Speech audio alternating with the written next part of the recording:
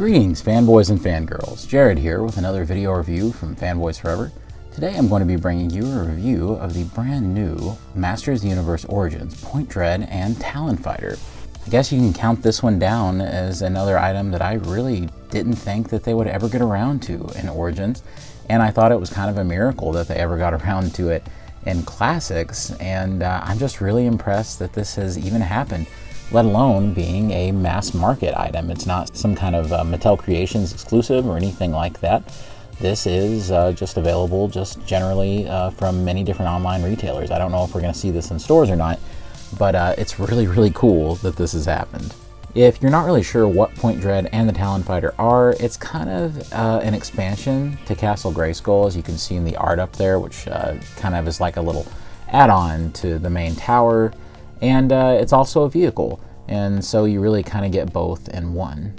Before we begin, of course, be sure to subscribe to the channel and like the video if you haven't already, because those steps really help us out, and we don't ask for a lot here on the channel, but those things we do ask if you're able to do them, because they really do make a big difference for the health and growth of our channel.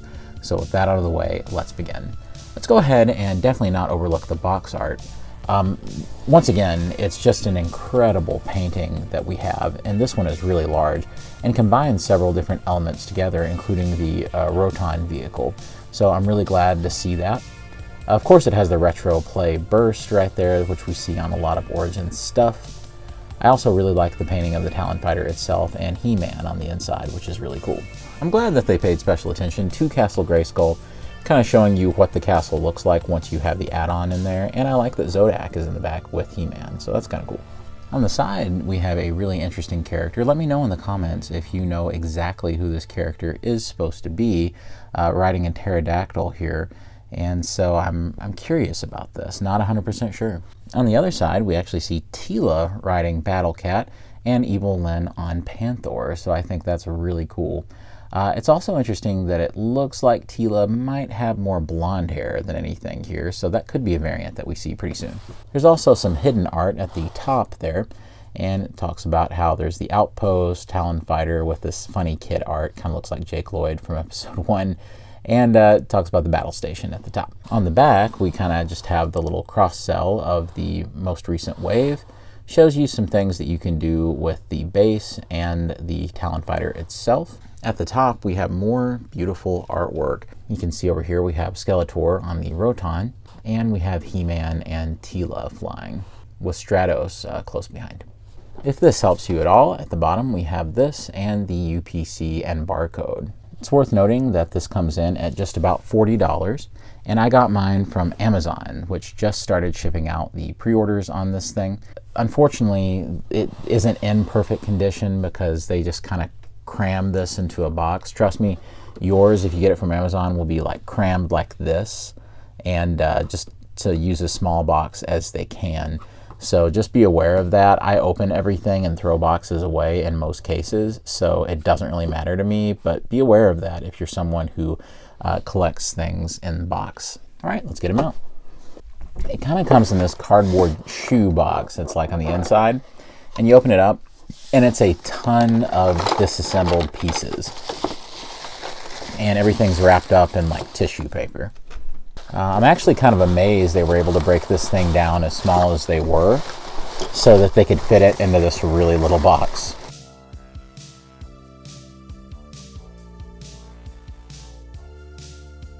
All right, so this is kind of what you end up with right here once you have all of the tissue paper off. You can see that we just have a little booklet that tells you what the contents are. And it just has a little guide about how to assemble everything. So here it is for future reference in case you ever need this or lose it. And a little bit more information on the back. All right, let's assemble.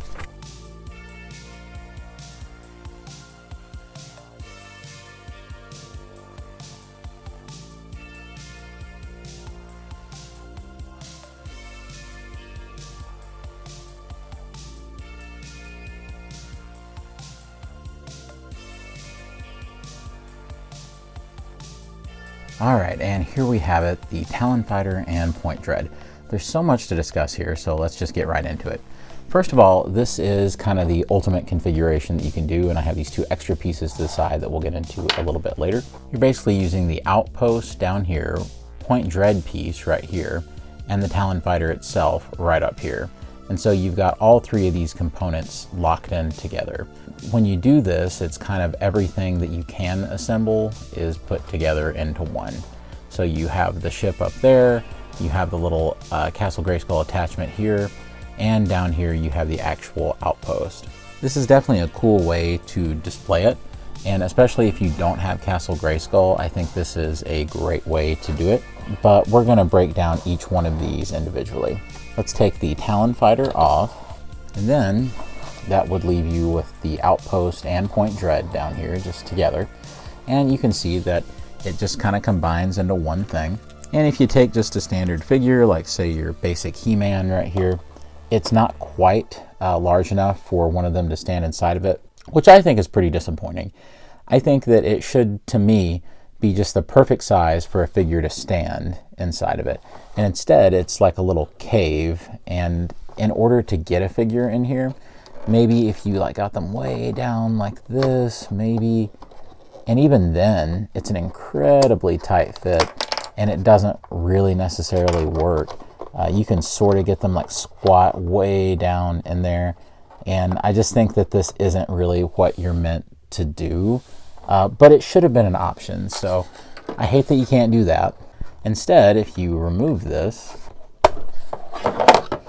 then that opens up the possibilities right here, and instead you have an area for a figure, which we'll get into a little bit later. Before we get into all of that, let's go ahead and look at the Talon Fighter itself. So this is, of course, the main reason why I think most people would be buying this. You know, this is a very iconic Masters of the Universe vehicle, and I think a lot of us recognize this as, aside from maybe the Wind Raider being the key Masters Universe ship, as it were. I definitely think that they've done a great job of capturing that vintage aesthetic here.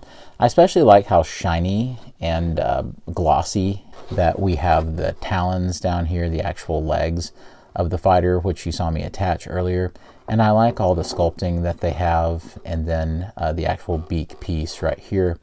And especially how the eyes aren't just stickers or something like that. They're actual translucent red plastic that are separate pieces that have been put into there.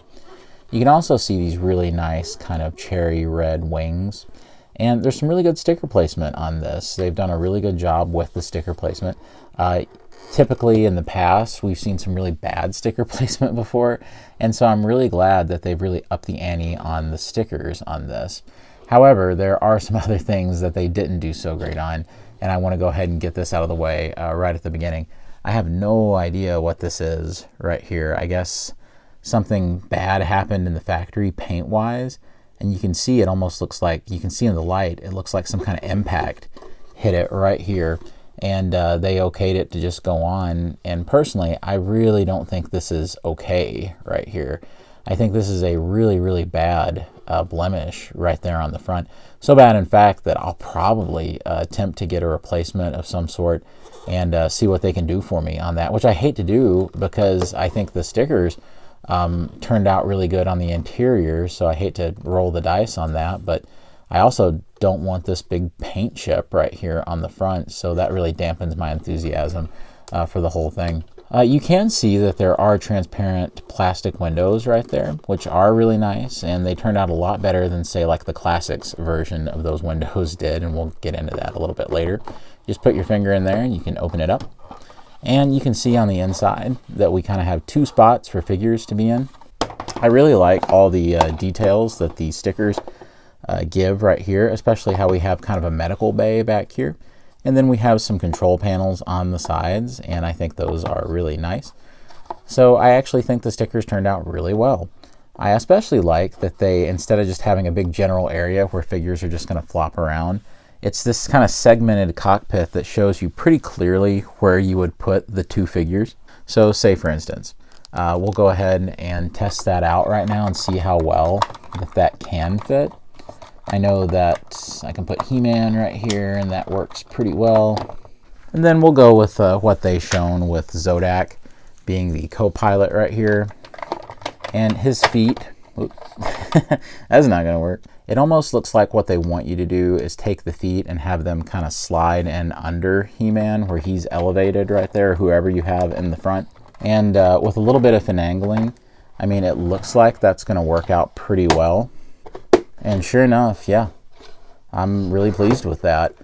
Definitely, it's kind of a tight fit, but honestly, yeah, it's definitely meant for 2 figures. You're not just cheating it, putting the 2 figures in there. It's definitely like segmented out to where they can properly set, and it works. Yeah, it leaves plenty enough space, and I think it's fairly ingenious how it's designed for the feet, like the legs to go in under He-Man, to where it alleviates the need for so much room.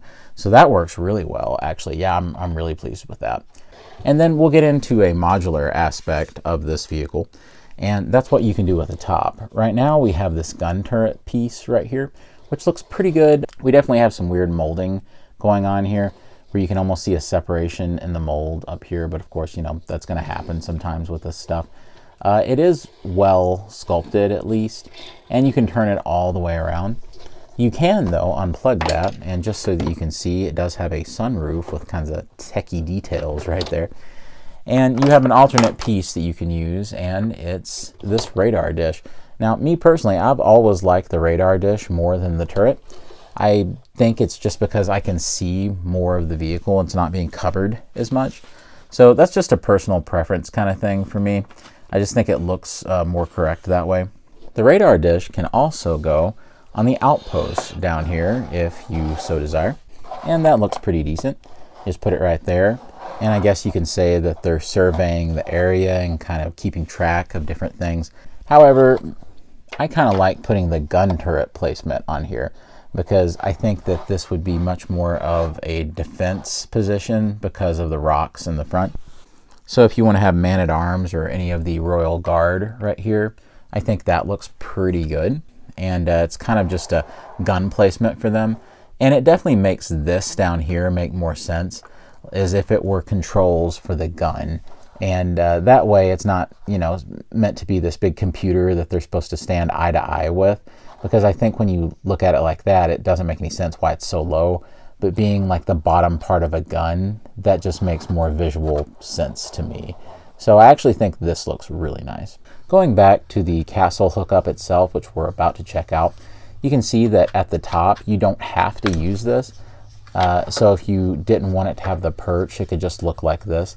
Of course, this is, you know, fairly underscaled. If you look, I almost imagine that these steps should be like full scaled in my head. However, if you take like a standard figure like Trap Jaw and put beside of it, it's teeny tiny, right, compared to that. So the steps almost seem like useless in a way. Everything is definitely, you know, downscaled a little bit because that's just the way it has always been in the vintage stuff. But I think that it's very nicely painted. So I do like the black down there. The contrast is really nice. Of course, there's nothing on the inside, just kind of the reverse, the negative. Up here, it is also worth noting that yes, you are able to put either one of those things. So if you wanted to put the radar dish, you can definitely do that. Or if you wanted to put the gun placement, you could do that as well. But it's definitely meant for the perch. There's definitely another accessory for the Talon Fighter that is an interesting thing that you can do with it, and it's this handle right here. So you just plug it in and it clicks. If you want to, you can swish it around using the handle. It's not really something I care about, and it's a little small for my hand, but I mean, you know, it's something you can do. It's definitely not something that I'm probably going to do. This will probably go in my bag of unused Masters accessories. All right, so if you want to use the perch, you just take the 2 connector points right there. Then you can just set it on top of it. So that's one way to do it. You've already seen what it looked like connected with the outpost right there, but let's see what it looks like connected to Castle Grayskull itself. All right, so we have the top of Castle Grayskull here, and we're going to just connect this and see how well it works. And there it is, all connected up. And you can see that it really does look pretty nice. Now, a big problem that I had with the Classics version of this was that the Talon Fighter was so big and the point dread connection was so large that it almost kind of thrown off the balance of the actual castle itself. And it just kind of looked like this massive thing on top of Castle Grayskull, and not in the way you would want it to. But here, this is a pretty reasonable extension. It isn't the best connection when it comes to just the visual of it transitioning from Point Dread to Castle Grayskull itself, because there's this big black connection all of a sudden, and it doesn't meld very well in that case. So I almost think it would be better if there was a little bit of black paint to help transition it down into the castle. And you could probably do that yourself. It's not something I would do. It's not something I feel like I need to do, but it is worth pointing out. I do realize that's a part of the visual identity of the thing, but still. However, I think that the actual Point Dread itself looks really good. When you get to the Talon Fighter, I think that's pretty decent as well. It doesn't look like overly massive or this kind of, you know, big thing that's out of place. It actually looks, I think, appropriate floating over Castle Grayskull because it is a little more compact than the gigantic Classics version. But I think overall it does look nice. So here's a very interesting comparison, and definitely the one that I was really wanting to get to. The big Classics version of the Talon Fighter, which is a massive vehicle, and of course the brand new Origins version. Definitely interesting to have them side by side, and it's definitely easy to see where each strength lies, really. For one thing, it is very, very hard to trump the Horseman on the incredible, just unbelievable sculpting job that they did when it come to updating the classic vehicle and giving it a little bit more personality, a little bit more edge, particularly with that head on the front. And I think that it's really, really quite beautiful. Even things like the techie bits and details that are around the windshield are just massively well done. I also like the kind of reshaping that they did of the bird head and the actual body of the vehicle. I particularly like what they did with the actual talons, the actual legs of the vehicle, because they're a lot more sturdy looking and certainly give more support for this massive vehicle.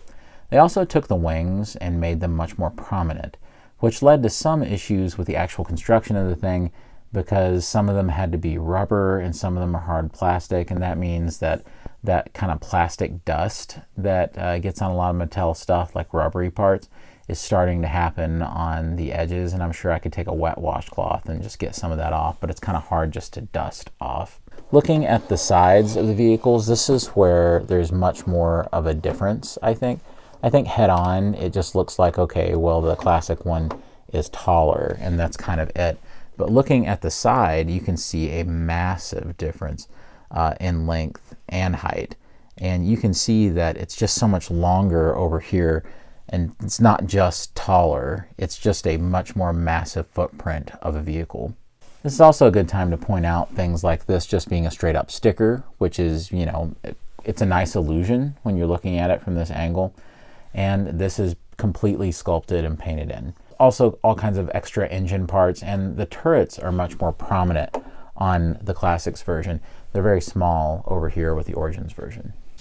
The back is definitely something that we'll spend some time looking at, because it's really fascinating, because you're basically looking at a complete sticker execution over here, and it's a well done sticker execution, so make no mistake about that. It is well done. But over here, you're looking at a full-on sculpt execution with very little decal usage. As a matter of fact, the only decal usage is actually done for like the thrust in here, and I'm not even sure those are stickers.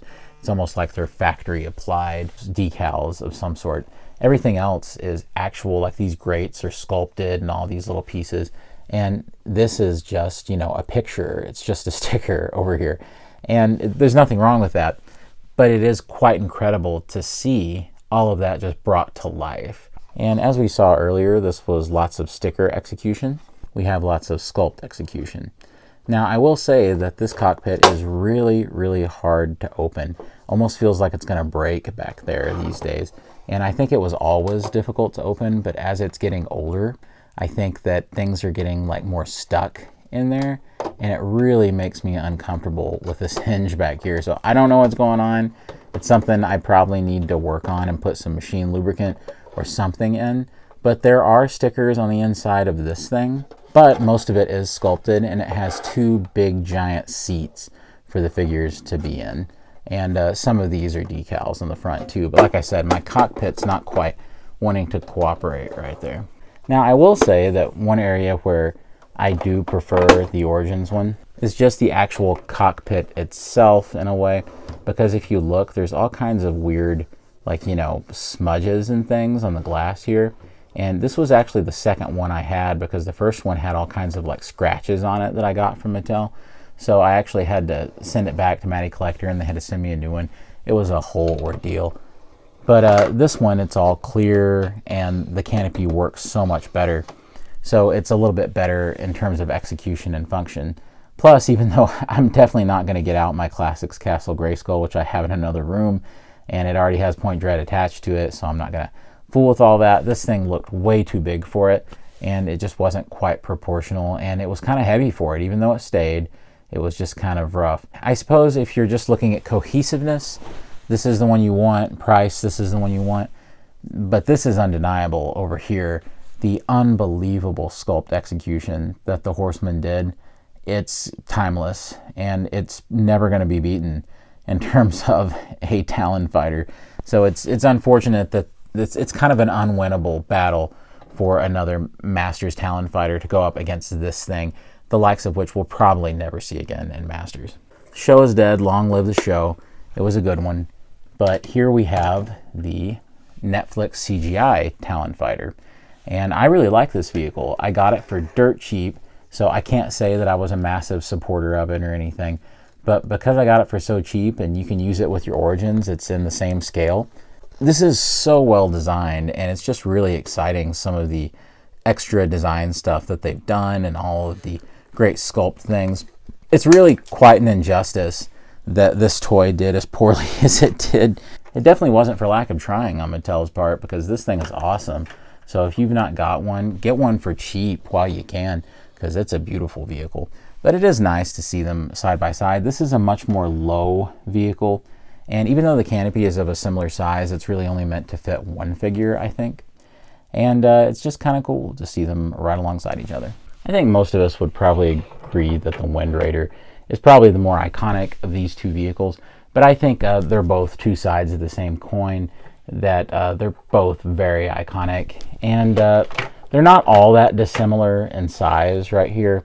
I think they're really nice companion pieces, and I think even the colors contrast well with one another and complement each other. Now, in the instructions, it does say that you can use the base from the Wind Raider and use it as a flying base for the Talon Fighter. Now, if you look, there's a little key-in point right there for the stand. And voila. Sure enough, it clicks right in.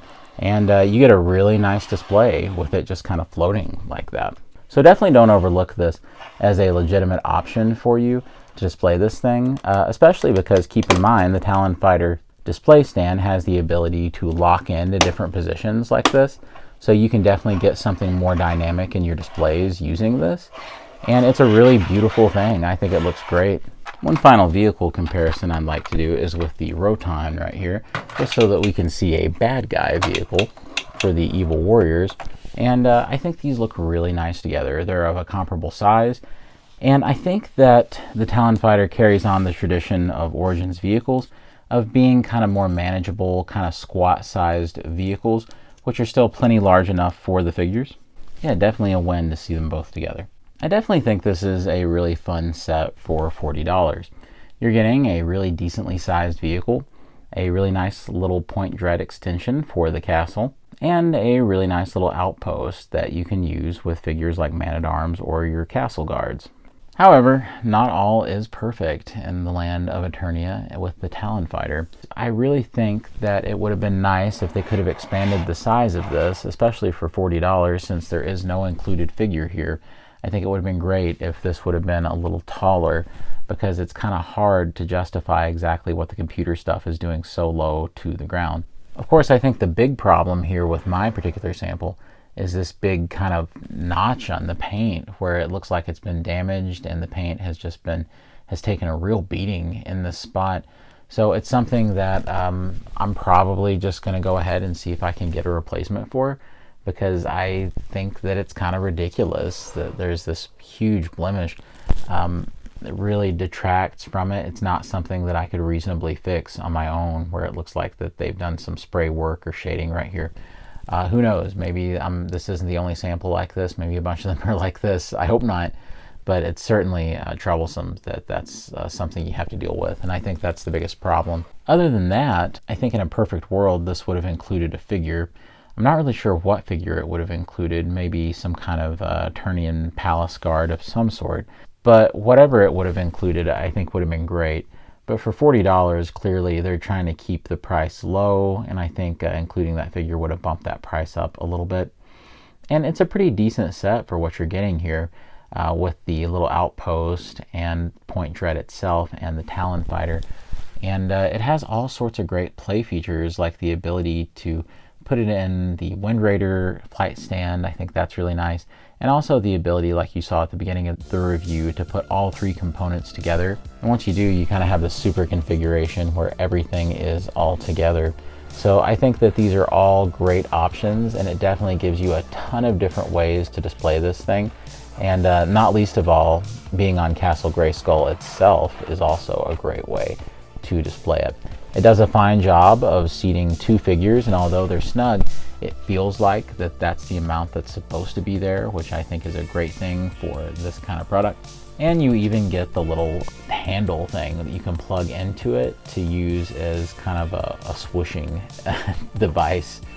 So I think that all of these are awesome ideas when you're trying to figure out how to play with the thing. So is it worth $40? Yeah, I think it is. I think it's right on the dot. I don't think that it's like a blow you away kind of value where you just can't believe what you're getting, but I think it's right on. I think that this is definitely the amount of stuff that you should be getting for $40 with Masters or any other toy line. I just think it's incredible that they're moving forward with this, and we continue to get all sorts of great vehicles and still getting all these great play sets. It's definitely not a dead line, and I think it's funny how much people have tried to wish it for some reason into being dead, or at least some people, because it just seems like things are just getting brighter and brighter for this particular line. And things will be certainly even brighter once I get a replacement that doesn't have this big mark on it. But friends, let me know what you think down below in the comments. Is this a pickup or a pass for you? Have you found yourself losing interest in a whole lot of the Masters Origins stuff? Or are you like me and you just keep going deeper and deeper down that rabbit hole? And as long as Mattel keeps this level of quality up, you just feel like you'll buy whatever they put out, like me. But let me know down below. And as always, God bless you and yours. And I'll see you on Fanboys Forever. Fanboy out.